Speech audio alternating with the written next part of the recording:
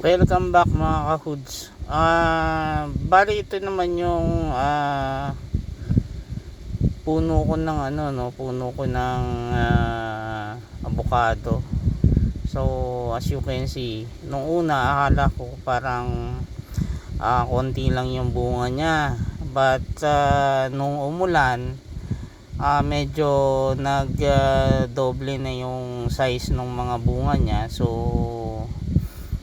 ngayon parang mukhang ang dami niya, no, just like yung last year. Kasi akala ko hindi siya ganun karami, kasi last year mga ang na-harvest ko dito ay mga around 3 sacks ang na-harvest ko diyan, at malalaking sako yon. Marami tayong nabigyan last year.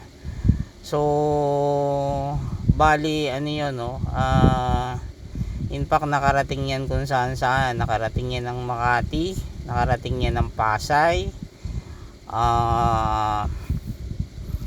at kung saan saan pa, no.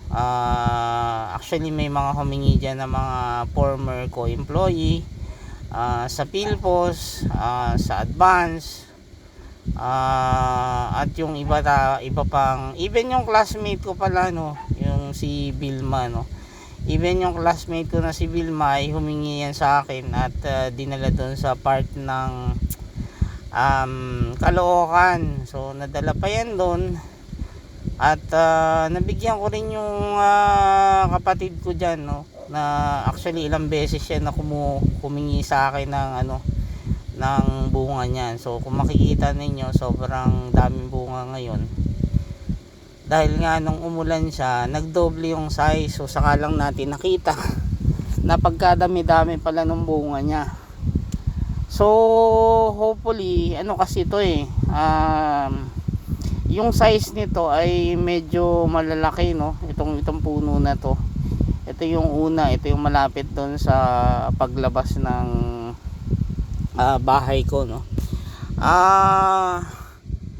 Yan yung pinakamabigat na harvest ko dyan ay yung isang pirasong bunga niyan ay umabot ng close to 900 gram per piece. So almost 1 kilo yung isang piraso niyan. Malalaki yung bunga nito, no. Tsaka patok na patok ito dun sa mga office mate ko, kasi ang sabi nila masarap daw yung avocado ko because kukunti yung ugat. Unlike yung iba avocado na maraming ugat, ito kukunti lang yung ugat. Tapos medyo I don't know kung tama yung Tagalog doon, no, maligat. So maligat daw yung niyan. Although dito sa bahay kasi hindi ako masyadong kumakain yan, kasi medyo mataas yung nutrients niyan, at for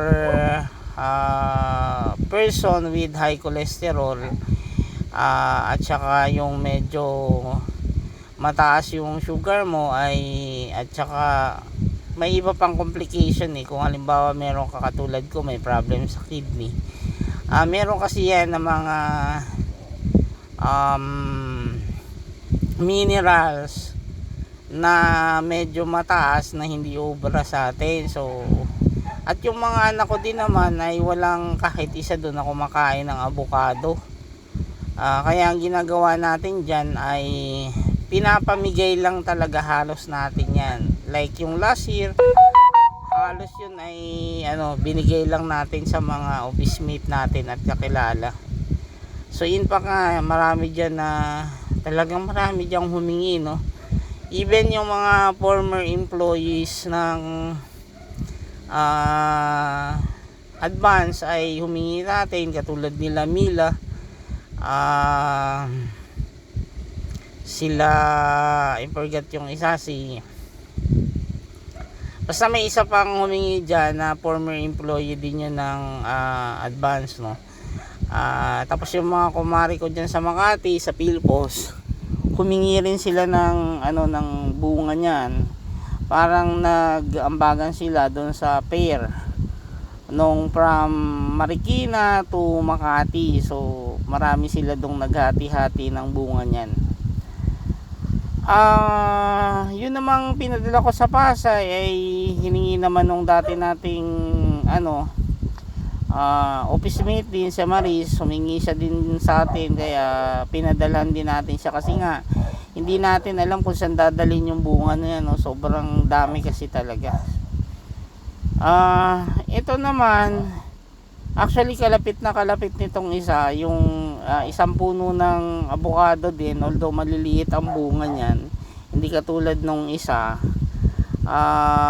Tapos ang kasunod niyan ay itong mangga na nga natin, no, na yung nakwento ko nga na medyo ninanakaw ng kapitbahay, kasi nga yung kapitbahay namin dito ay sobrang sobrang lakas ng tama, no. Kahit hindi kanila yung mangga dyan ay kinukuha nila, nauuna pa sila doon sa may-ari. So di ba yung hindi masyadong makapal ang mukha, hindi nahihiya talaga, kaya binalutan natin yan ng mga plastic para medyo kahit papano ay i-prevent sila from picking those fruits na medyo mababa yung kasi parang di ba, kukuhanin nila yung mga mabababa dyan na bunga, tapos ang matitira sa atin yung mga nasa tuktok na mahihirap kunin, di ba? Sobrang kasi sobrang kapal na mukha ng dalawang babaeng katabi ko dito na bahay. Yun pag tipong mag-video okay, kapangit-pangit ng boses ay sige ang kanta, tapos full volume pa yon pagka kumanta, kaya busit na busit ako, tapos walang pakundangan, no. Lalo na yung mga araw na namamahinga ka, sobrang lalakas ng music nila dyan sa tas kanta ng kanta na wala namang tinatamaang nota, no. Ang tinatamaang nota, kapangit-pangit ng boses. So but anyway, ayan, kung mapapansin nyo yung mga dulo dyan, hindi ko na yan nabalutan ng plastic kasi nga medyo mataas na siya, hindi na natin kayang abutin.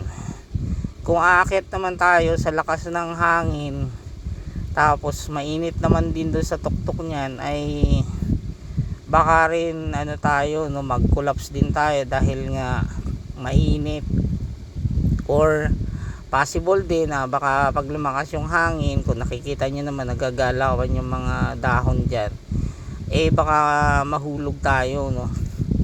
Kasi yung medyo taas nyan, maliliit na yung sanga, so hindi na gaanong pwedeng tapakan. Okay lang sana kung medyo paya tayo, kaso hindi. So kung mapapansin nyo, may mga nakatago pa dyan sa gilid-gilid na mga mangga, no.